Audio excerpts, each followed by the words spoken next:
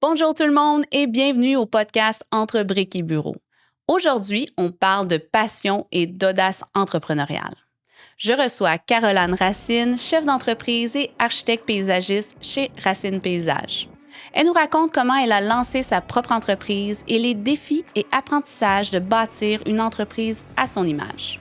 Une conversation sur la vision, la créativité et le courage qu'il faut pour transformer ses idées en réalité.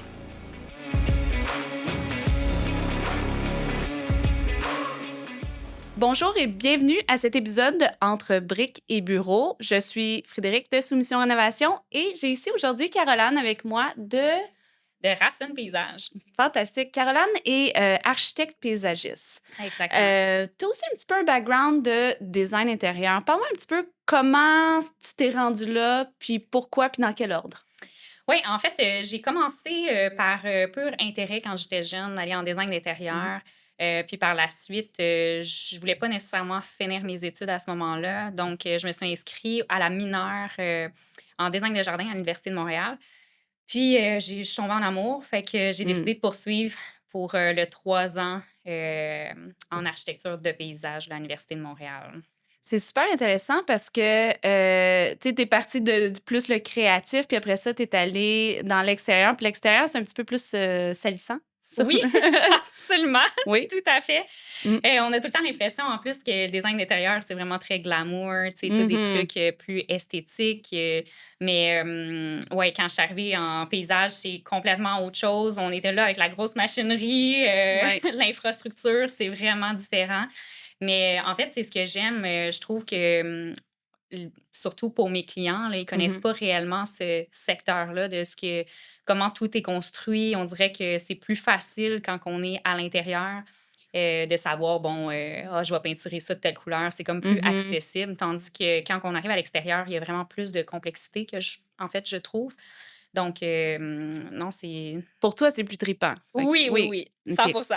Probablement, tu sais, quand tu es encadré dans des murs, tu as une limite. Tu sais, faire quelque chose dans Ouais. une limite, c'est beaucoup plus facile que quand tu as page blanche, dans le fond. Absolument, absolument. Mais à l'extérieur, tu sais, on se bloque pas juste non plus à créer un espace là, qui est détaché de tout l'ensemble. Là. C'est vraiment, on va dans l'environnement complet. Mhm. Donc, que ce soit aussi avec le bâtiment qui est déjà Mhm. existant, donc de faire un lien avec l'architecture existante, de toutes les contraintes avoisinantes, tous les voisins, les Mhm. fenêtres qui sont à proximité. Donc, t'sais, on prend en compte vraiment l'ensemble là, des éléments. Fait que c'est ça qui rend un projet différent puis intéressant. Là.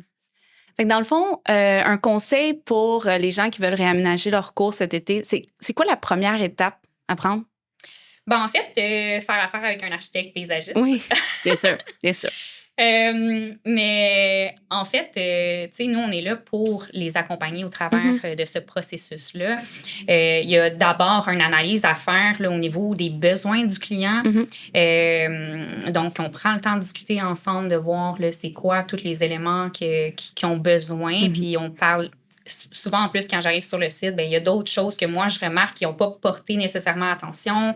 Donc, on prend le temps vraiment d'analyser tout ça.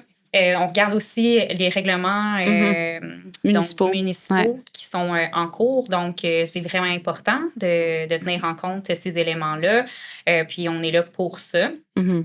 Puis, ben, par la suite, on présente là, les projets au fur et à mesure. On a plusieurs rencontres. Puis, c'est vraiment, pour moi, on a une approche là, vraiment quasiment de travail avec le client. Mhm. Là. On prend le temps de modifier les plans, de les faire vraiment pour qu'ils soient satisfaits puis qu'ils veulent utiliser Mhm. longtemps leur cours. Donc, puis par la suite, ben, on passe à la construction avec l'entrepreneur directement. OK. Puis, est-ce que tu as une grosseur de projet, dans le fond, que tu fais affaire? Est-ce que c'est juste des moyens projets, des gros projets, des petits projets? Non, on fait vraiment de tout. Là. Actuellement, c'est sûr que, tu sais, souvent, j'ai des clients qui m'appellent en disant, ben le site Internet, on voit quand même des Mhm. projets Oui. qui sont assez imposants, qu'on voit qu'il y a quand même un bon budget qui a été investi. Mais non, on passe, tu sais, on fait des projets autant d'investissement plus minimes, là, qu'on parle, exemple, de 10 000 on a fait des projets jusqu'à 350 000. Mm. Donc, on y va largement, puis c'est vraiment, Notre objectif principal, c'est que nos clients puissent utiliser leur aménagement le plus possible au travers des saisons. Donc, peu importe le projet, nous autres, on est toujours ouverts. Là. Est-ce que c'est un peu comme une designer intérieur où l'entrepreneur peut des fois être au début du projet, mais des fois aussi Oui. dans le milieu, puis des fois plus à la fin? Comment ça Oui, fonctionne? ben, j'ai plusieurs partenariats avec des entrepreneurs où on collabore sur différents projets. Souvent, c'est les clients qui approchent directement un entrepreneur, puis qu'eux, à l'interne, n'ont pas des architectes paysagistes pour pouvoir étoffer là, les projets. Donc, souvent, moi, je vais rentrer au travers de ça, puis je vais travailler conjointement avec l'entrepreneur pour justement respecter aussi le budget du client qui est vraiment important. Ça arrive souvent que, les clients ont des idées, mais ils ne savent pas nécessairement comment ça coûte. On est là pour leur présenter plusieurs options, de faire des modifications sur les estimations pour voir aussi de se dire où l'argent va être investi, puis de se dire, peut-être que finalement, on va pouvoir injecter un peu plus d'argent qu'on avait pensé le faire au départ. Puis, c'est ça, c'est pour leur ouvrir puis toutes les possibilités là, devant eux, puis on leur présente différentes options. Est-ce que ça arrive plus souvent qu'un entrepreneur te réfère ou que tu réfères un entrepreneur? Comment Je cette dirais que c'est pas dynamique-là mal fonctionne? Ouais. 50-50, là. OK. Oui, 50-50, je dirais. Même, tu sais.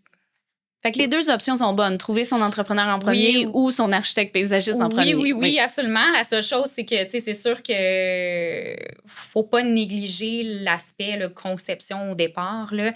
Ça arrive souvent que j'ai des clients qui m'arrivent en disant, j'ai fait affaire avec un entrepreneur ou quelqu'un qui faisait plus du du dessin, Oui.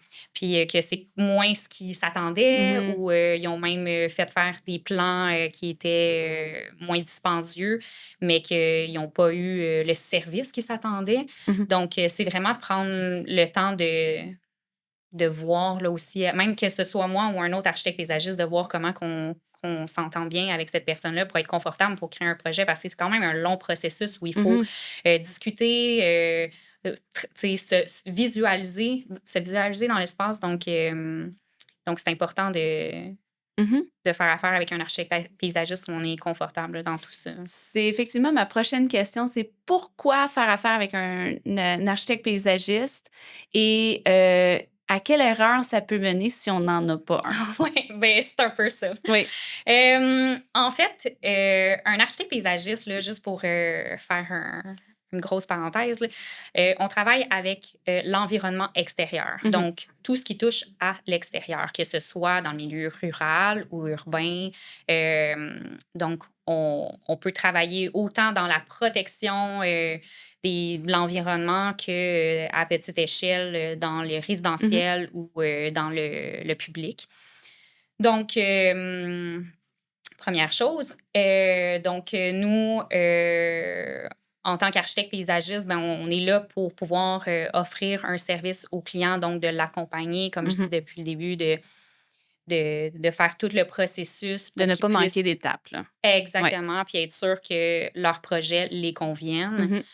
Euh, Ensuite, ta deuxième question qui était... C'était quelles sont les erreurs qui peuvent arriver si on ne fait pas affaire avec un Oui, architecte paysagiste? je prendrais exemple, ça m'est arrivé fréquemment qu'un entrepreneur arrive pour réaliser les travaux, puis il se Mhm. rend compte que les nivellements de terrain ne fonctionnent pas. Mhm. Premièrement, ça a un impact sur les matériaux. Donc, l'entrepreneur ne sait plus trop combien de quantité il doit Ouais. commander, puis Ouais. c'est une perte de temps pour lui, c'est une perte de temps pour le client, Mhm. puis même pour le client, un petit manque monétaire. Là, tu sais. Quand Oui, on a planifié tant de matériaux, finalement, il c'est y le en... double. c'est ça. Ouais. Donc, ça donne des frustrations. Mhm. Ensuite aussi, le nivellement, tu sais, ça fait partie du nivellement de terrain. Donc, de prendre en compte, là, pas seulement comme si c'était un plan 2D là, Mhm. très sans niveau. Là. Donc, on fait une analyse complète là, du site, du drainage.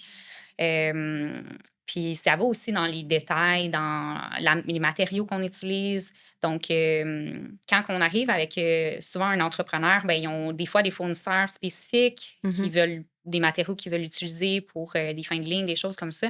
Quand on arrive, Nous, on propose plusieurs matériaux. Mhm. On regarde qu'est-ce qui est bon pour le client, qu'est-ce qui lui convient. Donc, on est vraiment là pour les accompagner là, au travers de Ouais. tout ça. Mais les erreurs, j'en vois fréquemment. Puis, faut prendre le temps de bien faire les choses. Mhm. Souvent, le monde sont pressés. Ouais.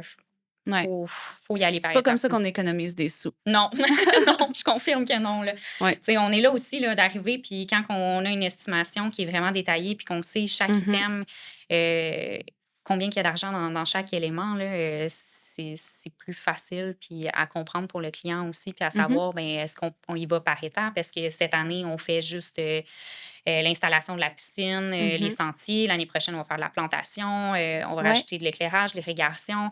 Donc, on peut y aller par étapes. Donc, on est vraiment là Mhm. pour les encadrer tout au long du projet, là. Fait que ça t'arrive, dans le fond, d'avoir des projets qui sont sur plusieurs années avec les mêmes clients, Oui, oui? oui, oui. OK. Oui, absolument. Même, ça arrive souvent que les clients, on prépare d'avance les plans, puis que le projet se fait 1 an ou 2 ans plus tard. Mhm. Ou sinon, des clients qui se disent, ben cette année, je peux juste investir 20 000, Mhm. puis l'autre année, peut-être un 40 000. Donc, on y va par étapes, puis on s'adapte. Ça nous Mhm. permet aussi d'établir dans le plan, ben OK, notre première phase, ça va être tel élément, voici ce que ça va coûter. Deuxième plan, ça va être Mhm. la deuxième phase. Puis même pour l'entrepreneur, c'est plus simple. Il arrive, tout est clair, il sait Ouais. exactement quoi soumissionner. Mhm. C'est vraiment plus facile pour tout le monde, là. Puis si je me trompe pas, il y a aussi une spécialisation dans la connaissance du type de plante à Oui, mettre et où les oui, placer, hein? absolument, absolument. Tout au long de nos études, là, on a des cours en biologie Mhm. végétale, donc on apprend là, l'entièreté des plantes, là. Mhm. Tout leur système, là, que ce soit aussi au niveau de la croissance, Mhm. des milieux. On peut pas planter n'importe quoi, Non. n'importe où. Mais c'est Puis, joli, ça, je le veux ah, devant ma maison. oui, oui, absolument. Oui. Mais, tu sais, comme ce matin, je suis allée chez une cliente, puis dans sa cour, il y a l'ancien propriétaire qui a planté des cèdres, là, Mhm. les fameux cèdres, que quand on plante, ils sont tout petits, tout Mhm. cute, mais Mhm. que 20 ans plus tard, ben ils n'ont pas été taillés, ils sont énormes, ça l'empiète sur la maison. Même ça, il y en a un qui a été planté en plein milieu de la cour. C'est c'est ça, faut prendre le temps de bien analyser ça. Puis même chose pour les, tu sais, les plantations d'arbres, là, on arrive puis on plante un arbre, mais on y pense pas nécessairement À qu'à long pleine terme. maturité, ben l'arbre va tripler, Oui. Puis le donc niveau d'entretien aussi. ben oui, Oui. absolument, absolument, tu sais, les plantations, ça demande beaucoup d'entretien, Mhm. mais on peut prévoir pour avoir des plantations qui en demandent moins, qui ont moins, que ce soit, exemple, des systèmes qu'on doit faire avant l'hiver, donc de mettre, Mhm. de mettre des bâches, peu importe. Là, Oui, comment on, entretenir avant exactement. l'hiver, comment On, entretenir à l'automne, on comment... essaie tu sais, de diminuer ça puis de proposer des plantes qui sont faciles, qui n'ont Mhm. pas de maladie. Donc, on est là pour ça.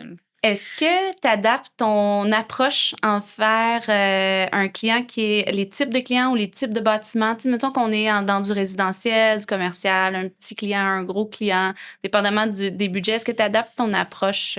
Oui, ben en fait, je le remarque aussi souvent quand les clients, exemple, ont moins de budget dans Mhm. certains projets, ils ont aussi des craintes. Mhm. Donc, c'est de prendre le temps de vraiment bien les encadrer, de discuter avec eux de chaque élément, de vraiment, c'est ça, de très bien les encadrer versus un client qui est vraiment plus aisé ou qu'on arrive avec des Mhm. promoteurs immobiliers, qu'eux sont habitués dans ce domaine-là. Mhm. Puis souvent, c'est comme, vas-y, je te fais confiance, fais tes choses. Il y a beaucoup moins d'encadrement. Mhm. Euh, mais oui, je m'adapte. Je m'adapte à chaque client. Chaque projet est différent. Tu sais, c'est un peu comme, je vais faire un parallèle avec l'aménagement paysager. Là. On a comme un environnement qui est unique en soi. Mhm. Bien, les clients le sont aussi. Donc, quand j'arrive, je me présente, je le vois aussi directement comment la personne va être, puis Mhm. je m'adapte à ça, mais que ce soit dans le domaine public, dans le domaine privé, Ouais. résidentiel, clairement, mon approche va changer. Mhm. Est-ce qu'il y a un projet que tu étais vraiment comme spécifiquement très fière d'avoir fait? Ben, il y en a plusieurs. Il y en a plusieurs. Je dirais, un projet qui a été réalisé, récemment, l'année passée. On avait une cour qui était somme toute vraiment correcte, là. Mhm. Il y avait beaucoup d'éléments, une cuisine extérieure qui était plus ou moins fonctionnelle, Mhm. une piscine, assez standard, mais il manquait vraiment d'éléments, là, pour Mhm. créer un environnement qui est agréable à Mhm. vivre au travers, là. Donc, on a joué avec qu'est-ce qui était existant, mais on l'a juste augmenté un peu plus en créant des zones un peu plus, de détente, Mhm. fontaine, une cuisine extérieure qui est vraiment plus spacieuse avec, puis plus équipée. Donc, on a fait un agrandissement aussi de la maison.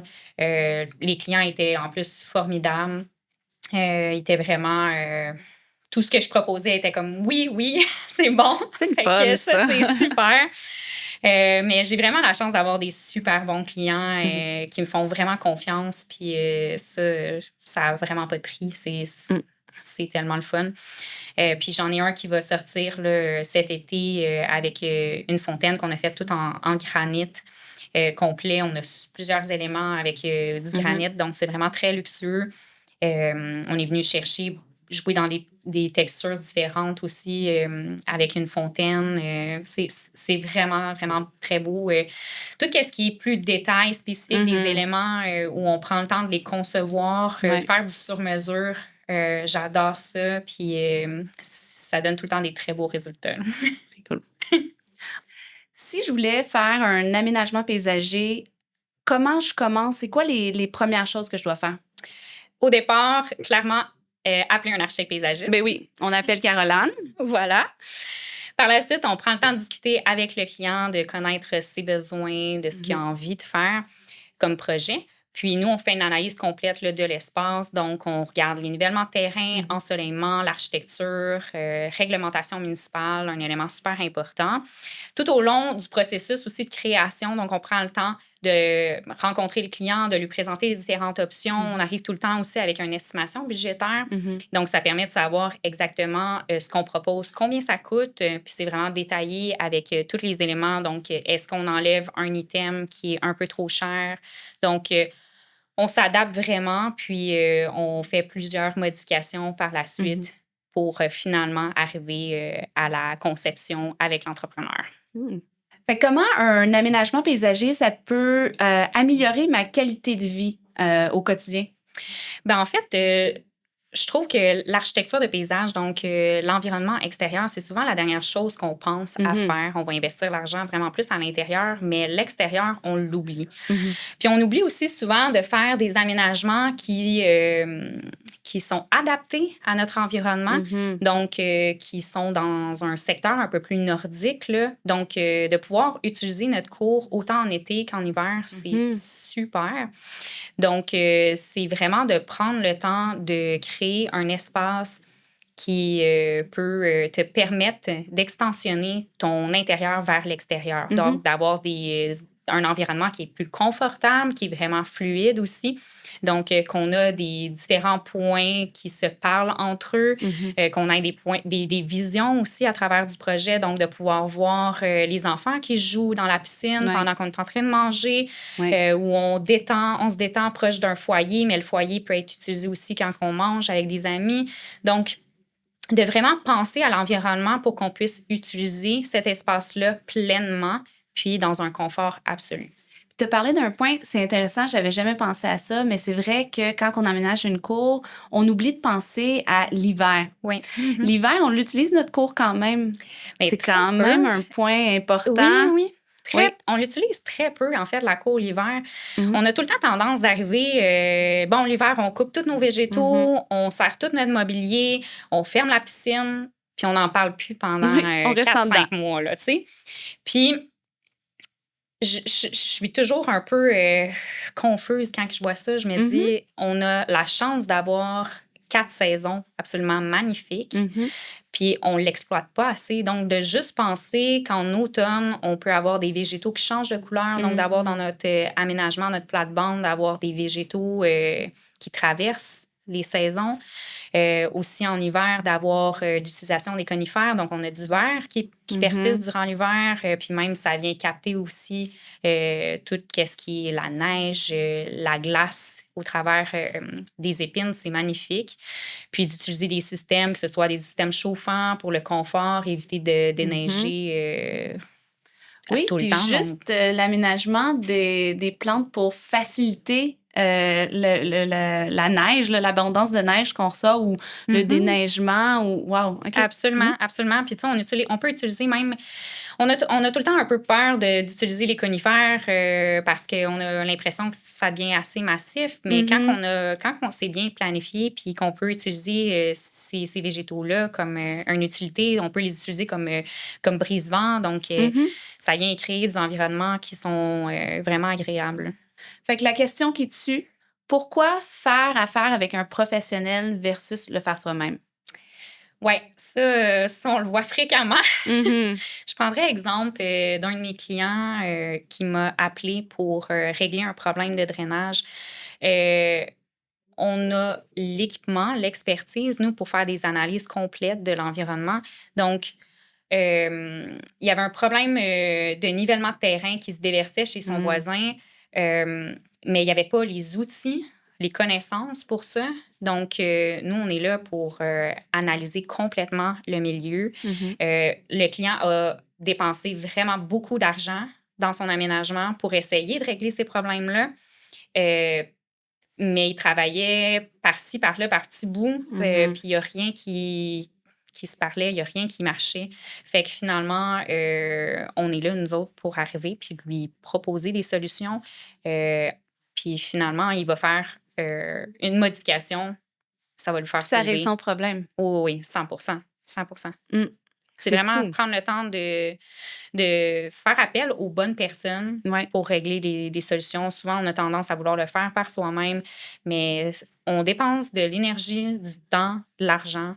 C'est vraiment important. Des fois, ça revient vraiment moins cher de faire affaire avec un professionnel. En fait, souvent, probablement, surtout dans ces technicalités-là. Vraiment. Même, tu sais, des fois, le monde se dit, ben, en matériaux, ça va me coûter moins cher. OK, mais en temps, en le client, il me dit, expertise. j'ai passé tout mon été l'année passée à faire ça, puis la solution, on ne l'a pas trouvée. Ouais. Mais ça a des coûts. Oui, exactement. C'est important. Là. Oui, puis avec les inondations qu'on a eues à la fin de l'été passé, là, au mois d'août, il y a beaucoup de gens qui m'ont dit que c'était causé par justement le nivellement du terrain et les types de plantes, les racines, tout ça. Là, quand ça draine pas bien, ça peut causer des gros problèmes à la maison puis à l'infrastructure. Absolument. Là. Puis même, sinon, avec l'érosion des sols, donc on a tout notre terrain qui vient se faire gruger. Il y a moyen de gérer les eaux par les végétaux, d'avoir des végétaux qui vont venir capter l'eau, puis d'avoir des murets pour venir réduire les pentes, d'avoir des systèmes aussi de drainage en infrastructure, d'avoir des bassins de captation d'eau. Donc, il y a vraiment plein de choses qu'on peut faire puis qui est important là, à analyser. Alors, faites affaire avec un professionnel, c'est ce qu'on dit. Vraiment. Quand est-ce qu'on doit communiquer avec un architecte paysagiste? C'est quel le moment dans l'année qui est le meilleur pour te contacter?